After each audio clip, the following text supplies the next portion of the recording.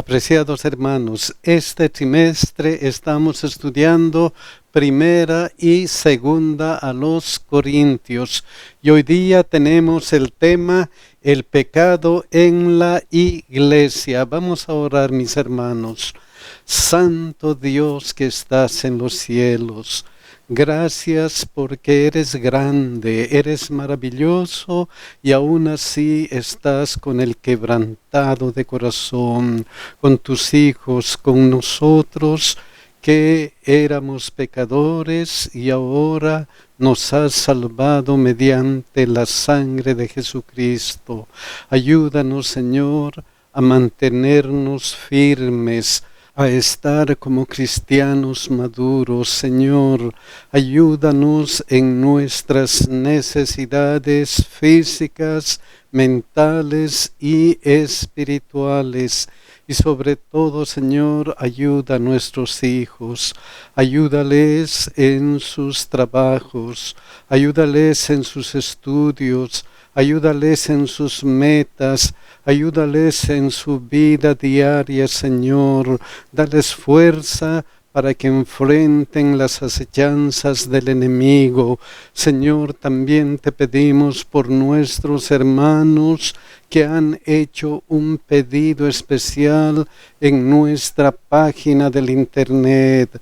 Tú sabes sus pedidos, Señor, están escritos allí en la página del internet y queremos, Señor, que tú estés con ellos y les ayudes de acuerdo a tu voluntad. Señor, acompáñanos con tu Espíritu Santo para que este estudio nos ayude a crecer espiritualmente. Te lo rogamos en el nombre de Jesús. Amén. El versículo de memoria está en 1 Corintios 6, 19 y 20. Miren lo que dice. ¿No saben que su cuerpo es templo del Espíritu Santo, que está en ustedes, que tienen de Dios y que no son sus propios dueños? Porque ha sido comprado por precio. Por tanto, glorifiquen a Dios en su cuerpo y en su espíritu, los cuales son de Dios. El pedido es glorifiquen a Dios. Glorifiquen a Dios en todo lo que hagan. Esta semana estamos estudiando el pecado en la iglesia. Y esta semana vamos a ver que la santidad de la iglesia nace de la santidad de sus miembros, quienes han sido comprados por la sangre de Cristo. Vamos a ir al primer día que titula Disonancia entre la fe y la práctica. El versículo está en 1 Corintios 5:2. Este versículo dice, y vosotros estáis envanecidos. ¿Quiénes son vosotros? Los de la iglesia de Corinto. Los de la iglesia de Corinto están envanecidos. Miren lo que dice la Nueva Versión Internacional. Y aún se hinchan ustedes de orgullo. ¿Qué está pasando? Se hinchan de orgullo. Entonces en Corinto la realidad era que la iglesia estaba en un estado de arrogancia moral al tolerar el pecado. Estaban tolerando el pecado en nombre del amor, en nombre de la paz. Pero ¿qué clase de pecado era el que estaban aceptando? ¿Qué clase de pecado? Miren lo que dice 1 Corintios 5:1. De cierto se oye que hay entre vosotros fornicación. ¿Qué pecado? Fornicación, adulterio. Y el adulterio es un pecado serio. ¿Por qué? Porque está en los 10 mandamientos. Éxodo 20:14 dice, no cometerás adulterio. En la iglesia había una persona que estaba cometiendo adulterio y la iglesia toleraba a esa persona. ¿Y qué clase de adulterio? Miren lo que dice aquí. Alguno tiene la mujer de su padre. No solamente estaba cometiendo adulterio, sino que estaba infringiendo la ley de Levítico 18:8 que dice: la desnudez de la mujer de tu padre no descubrirás. Es la desnudez de tu padre. Entonces, el problema de la iglesia estaba tolerando los pecados graves del adulterio y el incesto. Era grave lo que estaba ocurriendo con la iglesia, pero eso se veía más grave con los que estaban afuera, con los que no estaban en la iglesia. ¿Por qué? Miren lo que dice aquí: y tal fornicación cual ni aún se nombra entre los gentiles. Lo grave del caso, lo grave de esta persona que estaba adulterando, que estaba cometiendo incesto, no es buen testimonio. Aún los paganos condenaban esa conducta. Qué serio, qué grave era lo que la iglesia estaba tolerando, y eso no está bien. No está bien. Miren lo que dice 1 Corintios 5:6. No es buena vuestra jactancia. No es bueno que ustedes toleren esa clase de pecado. No es bueno que ustedes estén envanecidos, que ustedes estén orgullosos de tolerar en nombre del amor esos pecados graves. ¿Por qué? ¿Por qué no es bueno para la iglesia? ¿Por qué? Miren lo que continúa. ¿No sabéis que un poco de levadura leuda toda la masa? Por tolerar esos pecados graves, la gente de afuera veía que toda la iglesia era inmoral. Qué pena por Corinto, qué pena por esa iglesia que toleraba pecados graves. Pero la lección tiene una pregunta para meditar. Dice: ¿qué conductas claramente condenadas en las Escrituras corremos el peligro de tolerar como iglesia en nombre del amor y la aceptación? Tenemos que meditar. Vamos a pasar al segundo día, que titula Lidiando con escándalos. Hemos visto que la realidad de la iglesia era que estaba en un estado de arrogancia moral al tolerar el pecado, que el problema de la iglesia era que estaba tolerando los pecados graves del adulterio y el incesto, que lo grave del caso era que no era un buen testimonio para los de afuera.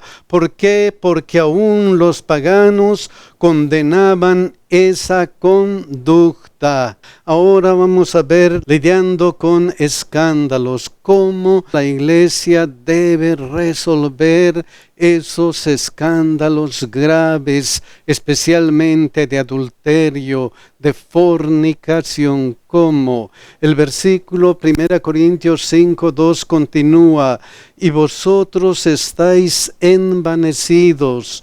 ¿No debierais más bien haberos lamentado para que fuese quitado de en medio de vosotros el que cometió tal acción?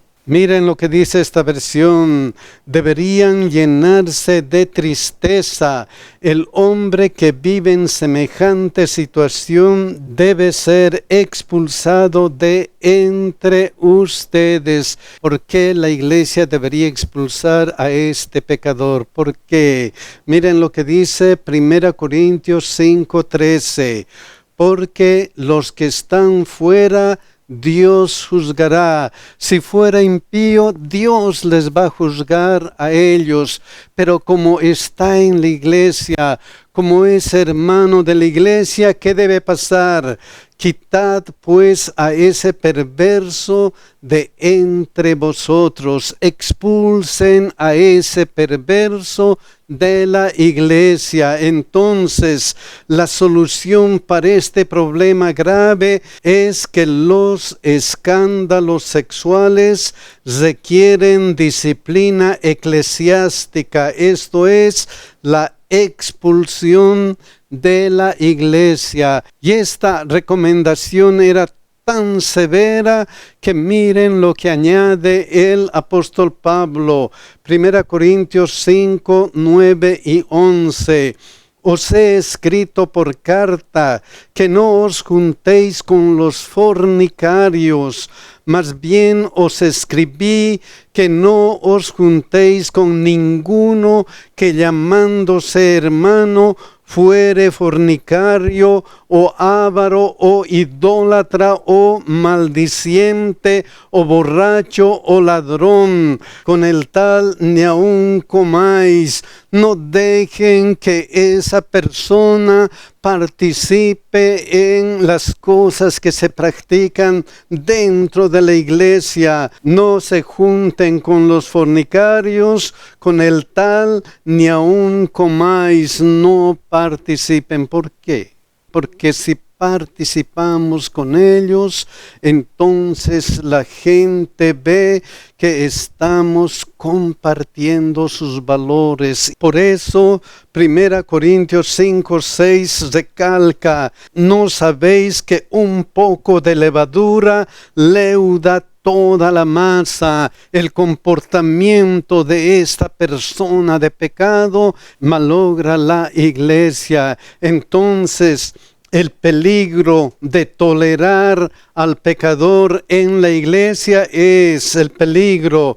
La relación con una persona sexualmente inmoral tiene un efecto corruptor sobre toda la iglesia. Por eso el apóstol Pablo dice, expúlsenle. La situación es tan seria que miren cómo aborda el apóstol Pablo esa situación de expulsar.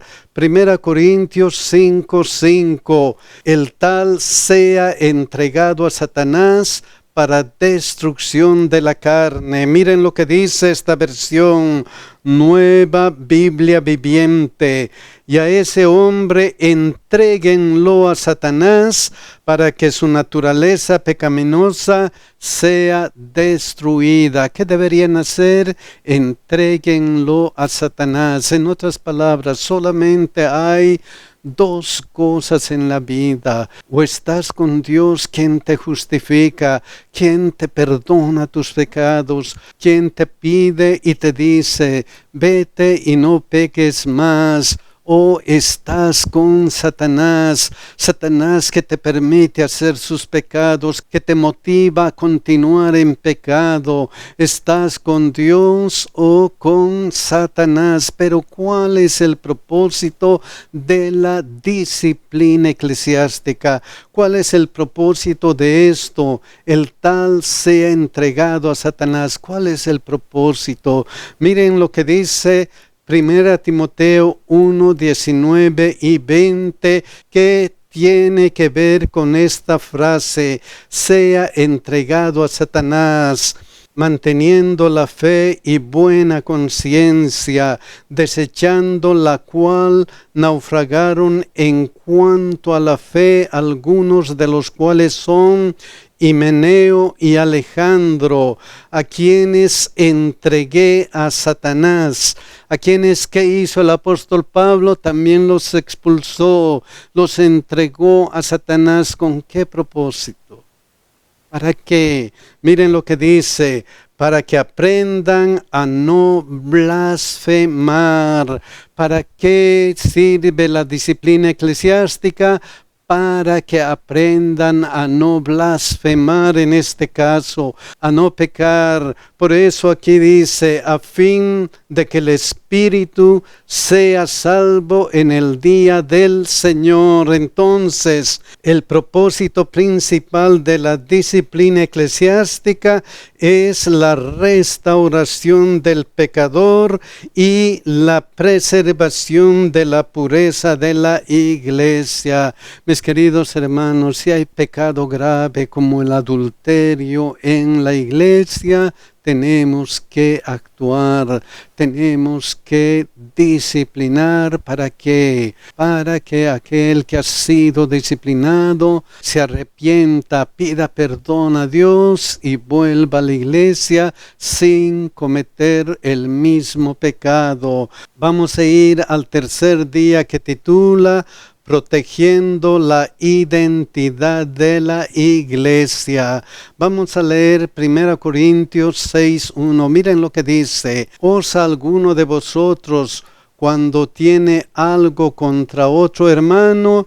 Esta versión, Nueva Traducción Viviente, dice: cuando uno de ustedes tiene un conflicto con otro creyente, ¿qué está pasando? Un hermano tiene un conflicto con otro hermano y ese conflicto es ya un pecado. Miren lo que dice 1 Corintios 6:7.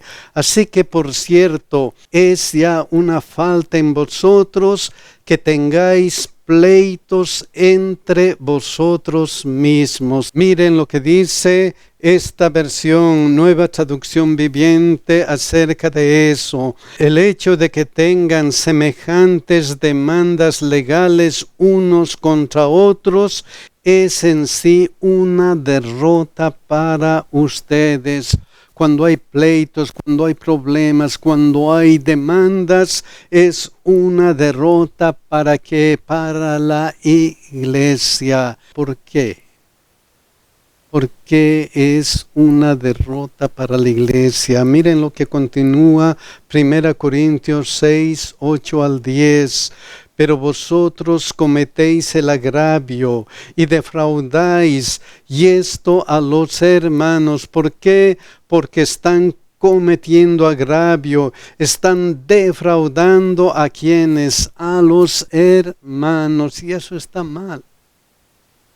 Está mal que nos aprovechemos de los hermanos. ¿Para qué?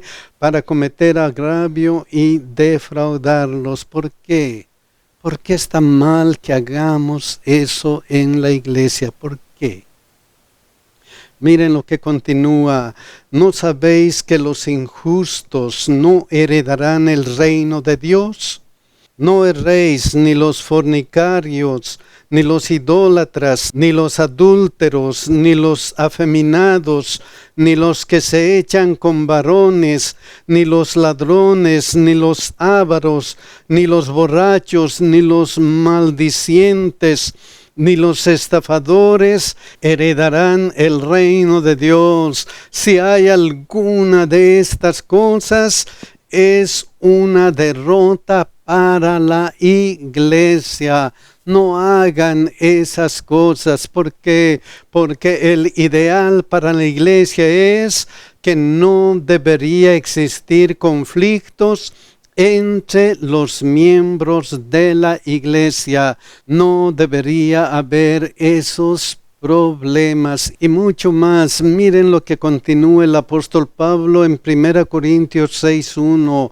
¿Osa alguno de vosotros, cuando tiene algo contra otro, ir a juicio delante de los injustos y no delante de los santos? Esta versión, ¿cómo se atreve a presentar una demanda y a pedirle a un tribunal secular que decida sobre el asunto en lugar de llevarlo ante otros creyentes? ¿Por qué? ¿Por qué no es bueno ir primero a juicio antes que tratar de que la iglesia ayude en ese problema? ¿Por qué? Ya hemos visto que no es buen testimonio ante el mundo, ante los que no son cristianos. Primero tenemos que tratar de solucionar nuestros problemas por medio de la iglesia. ¿Por qué? ¿Por qué es importante que hagamos eso?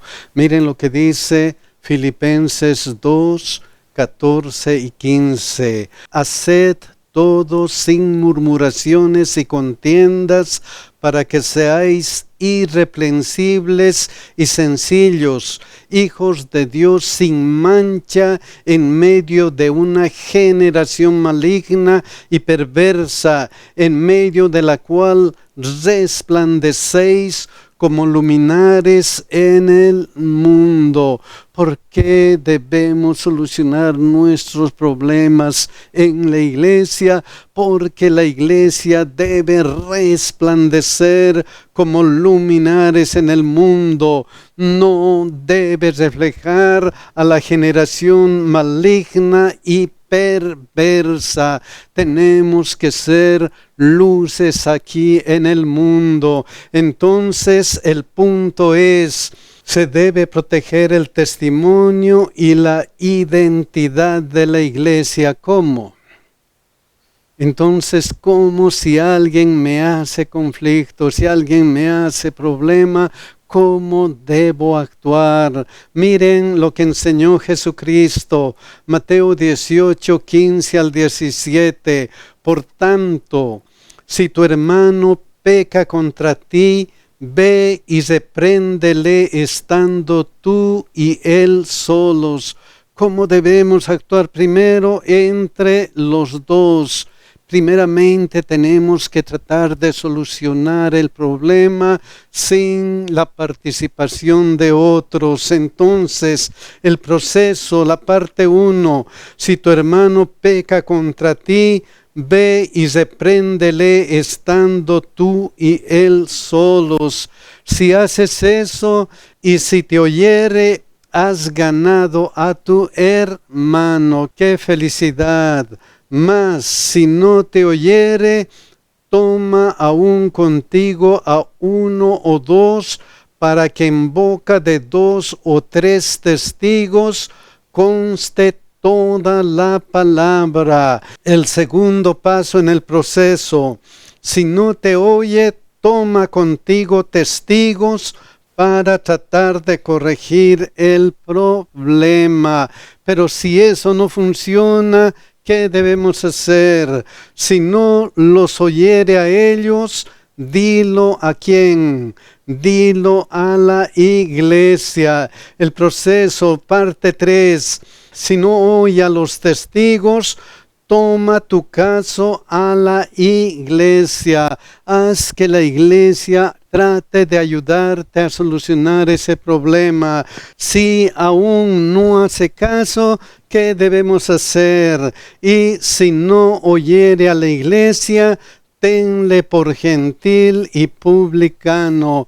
¿Qué pasa si no escucha a la iglesia? La parte 4, si no oye a la iglesia, tenle por gentil y publicano. Has hecho todo lo posible para solucionar tu caso dentro de la iglesia.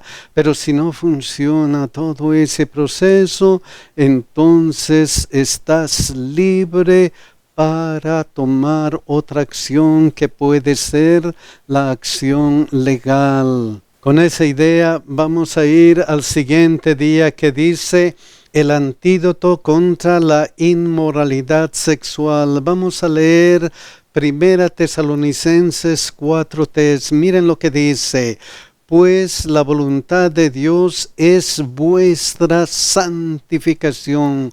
¿Cuál es la voluntad de Dios? Es nuestra santificación. Esta versión, Nueva Versión Internacional, dice: la voluntad de Dios es que sean santificados. Luego dice: que os apartéis de fornicación. En esta versión, que se aparten de la inmoralidad sexual. Entonces, hay una conexión entre la santificación y el deber de evitar la inmoralidad sexual, que se aparten de la inmoralidad sexual. ¿Por qué no se apartaban algunos de la inmoralidad sexual? ¿Por qué? Porque ellos tenían un dicho especial. Miren lo que dice 1 Corintios 6:13, las viandas para el vientre y el vientre para las viandas. En esta versión, nueva versión internacional, los alimentos son para el estómago y el estómago para los alimentos. Este dicho en Corinto lo asociaban con la sexualidad. En el folleto dice, algunos en Corinto argumentaban que así como el estómago fue creado para la comida, el cuerpo fue creado para el sexo y el sexo para el cuerpo. Ese era su argumento para cometer inmoralidad sexual. Pero el apóstol Pablo reprocha esa actitud. Pero tanto el uno como las otras destruirá Dios. Así es, y Dios los destruirá a ambos. Ese argumento no tiene sustento divino. ¿Por qué? Porque miren lo que continúa, pero el cuerpo no es para la fornicación, sino para el Señor y el Señor para el cuerpo. Esta versión aclara, pero el cuerpo no es para la inmoralidad sexual, sino para el Señor y el Señor para el cuerpo. Pero el cuerpo no es para qué, para cometer actos sexuales inmorales, sino el cuerpo es para quién, el cuerpo es para el Señor. Entonces, el cuerpo no es para la inmoralidad sexual, sino para el Señor. ¿Por qué? Porque hemos sido salvados ¿por quién? Por Cristo. Cristo ha dado su vida para perdonar nuestros pecados, para que nosotros podamos andar en novedad de vida. Miren cómo expresa eso Romanos 6, 17 al 18. Pero gracias a Dios que aunque erais esclavos del pecado, habéis obedecido de corazón a aquella forma de doctrina a la cual fuisteis entregados y libertados del pecado, vinisteis a ser siervos de la justicia. Debemos ser para el Señor. ¿Por qué? Porque si han sido librados del pecado, ahora están al servicio de Dios para hacer ¿qué cosa? Para hacer el bien, nada más que para hacer el bien. El apóstol Pablo en todas sus cartas enfatiza, debemos ser luces, debemos ser ejemplo, debemos hacer el bien, debemos perdonar. Y por eso esta misma idea lo enfatiza en 3 oportunidades en 1 Corintios. Miren lo que dice 1 Corintios 6, 9 al 11. ¿No sabéis que los injustos no heredarán el reino de Dios? No erréis, ni los fornicarios, ni los idólatras, ni los adulterios, ni los afeminados, ni los que se echan con varones, ni los ladrones, ni los ávaros, ni los borrachos, ni los maldicientes, ni los estafadores heredarán el reino de Dios. Y esto erráis alguno, todo esto hacían algunos de ustedes en algún momento, pero han sido librados del pecado, ahora están al servicio de Dios para hacer el bien. Entonces, mas ya habéis sido lavados, ya habéis sido santificados, ya habéis sido justificados en el nombre del Señor Jesús y por el Espíritu de nuestro Dios. Entonces no se engañen a sí mismos. El pecado no tiene cabida en la vida del cristiano.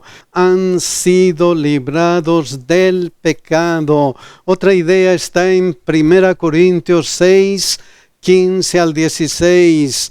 ¿No sabéis que vuestros cuerpos son miembros de Cristo?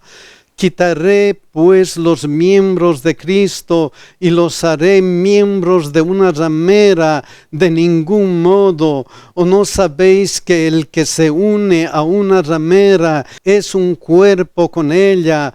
Porque dice, los dos serán una sola carne. Voy a quitar el cuerpo de Cristo para darle a una ramera. No. Entonces, son miembros de Cristo. No dejen que la inmoralidad sexual les aleje de Cristo. No cometan adulterio. Otra cosa importante, 1 Corintios 6, 19 y 20. ¿O ignoráis que vuestro cuerpo es templo del Espíritu Santo, el cual está en vosotros, el cual tenéis de Dios, y que no sois vuestros? Porque habéis sido comprados por precio. Glorificad pues a Dios en vuestro cuerpo y en vuestro espíritu, los cuales son de Dios. Romanos 12:1 añade, así que hermanos, os ruego por las misericordias de Dios que presentéis vuestros cuerpos en sacrificio vivo, santo, agradable a Dios, que es vuestro culto racional. Entonces son templo del Espíritu Santo. Presenten su cuerpo como sacrificio vivo, santo, agradable a Dios. Reflejen la vida cristiana de nuestro Señor Jesucristo. Vamos a ir al quinto día, que titula El matrimonio y la soltería. Hemos visto que si han sido librados del pecado, ahora están al servicio de Dios para hacer el bien. No se engañen a sí mismos. El pecado no tiene cabida en la vida del cristiano. También hemos visto que son miembros de Cristo. No dejen que la inmoralidad sexual les aleje de Cristo, que son templo del Espíritu Santo. Presenten su cuerpo como sacrificio vivo, santo, agradable a Dios. Ahora vamos a ver el matrimonio y la soltería. 1 Corintios 6, 17 y 19, miren lo que dice. Pero el que se une al Señor, un espíritu es con Él. Son miembros de Cristo. No dejen que la inmoralidad sexual les aleje de Cristo. Esta parte dice: ¿O ignoráis que vuestro cuerpo es templo del Espíritu Santo, el cual está en vosotros, el cual tenéis de Dios, y que no sois vuestro? Son templos del Espíritu Santo. Presenten su cuerpo como sacrificio vivo, santo, agradable a Dios. Ahora, entre estas dos cosas importantes, el apóstol Pablo pone una idea también importante: huid de la fornicación. Miren lo que dice la Nueva Versión Internacional, esa parte: huyan de la inmoralidad sexual. ¿Qué se debe hacer? Huir de la inmoralidad sexual. ¿Por qué? ¿Por qué es tan grave la inmoralidad sexual? ¿Por qué? Miren lo que dice aquí: cualquier otro pecado que el hombre cometa está fuera del cuerpo, mas el que fornica contra su propio cuerpo peca. Esta versión todos los demás pecados que una persona comete quedan fuera de su cuerpo, pero el que comete inmoralidades sexuales peca contra su propio cuerpo. Entonces el mandato es: huyan de la inmoralidad sexual. ¿Por qué? Porque pecan contra su propio cuerpo, malogran su propio cuerpo.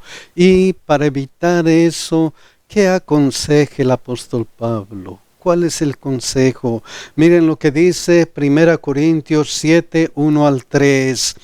En cuanto a las cosas de que me escribiste, bueno le sería al hombre no tocar mujer. ¿Qué sería bueno al hombre? No tocar mujer, estar soltero. ¿Por qué? Porque miren lo que dice 1 Corintios 7, 7 al 9. Quisiera más bien que todos los hombres fuesen como yo, pero cada uno tiene su propio don de Dios, uno a la verdad de un modo y otro de otro.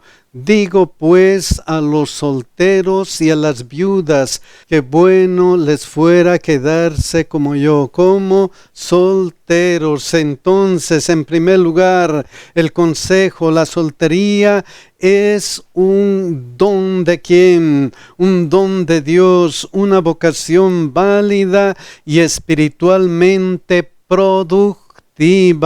Algunos tienen ese don de Dios, pero si no tienen ese don de Dios, ¿qué hacer? Pero si no tienen don de continencia, cásense, pues mejor es casarse que estarse quemando. Si no tienen el don de la continencia, el don de ser soltero, cásense, porque es mejor casarse que estar quemándose en el problema de la inmoralidad sexual. El apóstol añade: pero a causa de las fornicaciones, cada uno tenga su propia mujer y cada uno tenga su propio marido. La recomendación es: cásense para evitar inmoralidad sexual. Cásense. ¿Por qué? Porque Dios instituyó el matrimonio en el Edén. Y miren cómo cataloga el matrimonio el apóstol Pablo: honroso sea en todos el matrimonio y el lecho sin mancilla. Entonces, el matrimonio es una institución divina, santa.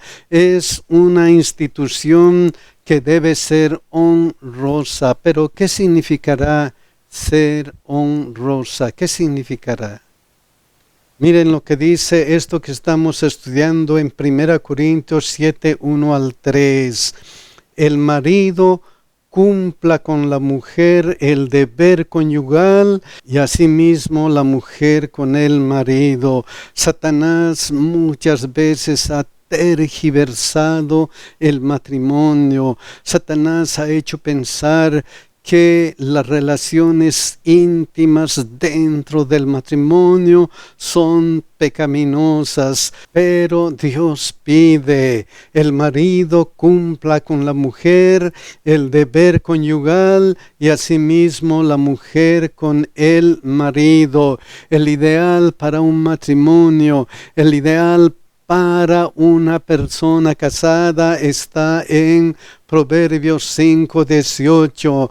Sea bendito tu manantial, sea bendito tu hogar, sea bendito tu matrimonio, y alégrate con la mujer de tu juventud. Alégrate con la mujer que Dios te ha dado para que vivas todos los días de tu vida. Queridos hermanos, que Dios nos bendiga, que Dios bendiga nuestras familias, que Dios bendiga a los esposos y a las esposas, para que juntos podamos esperar la segunda venida y estar allá con Dios por toda la eternidad. Que Dios nos bendiga, mis hermanos.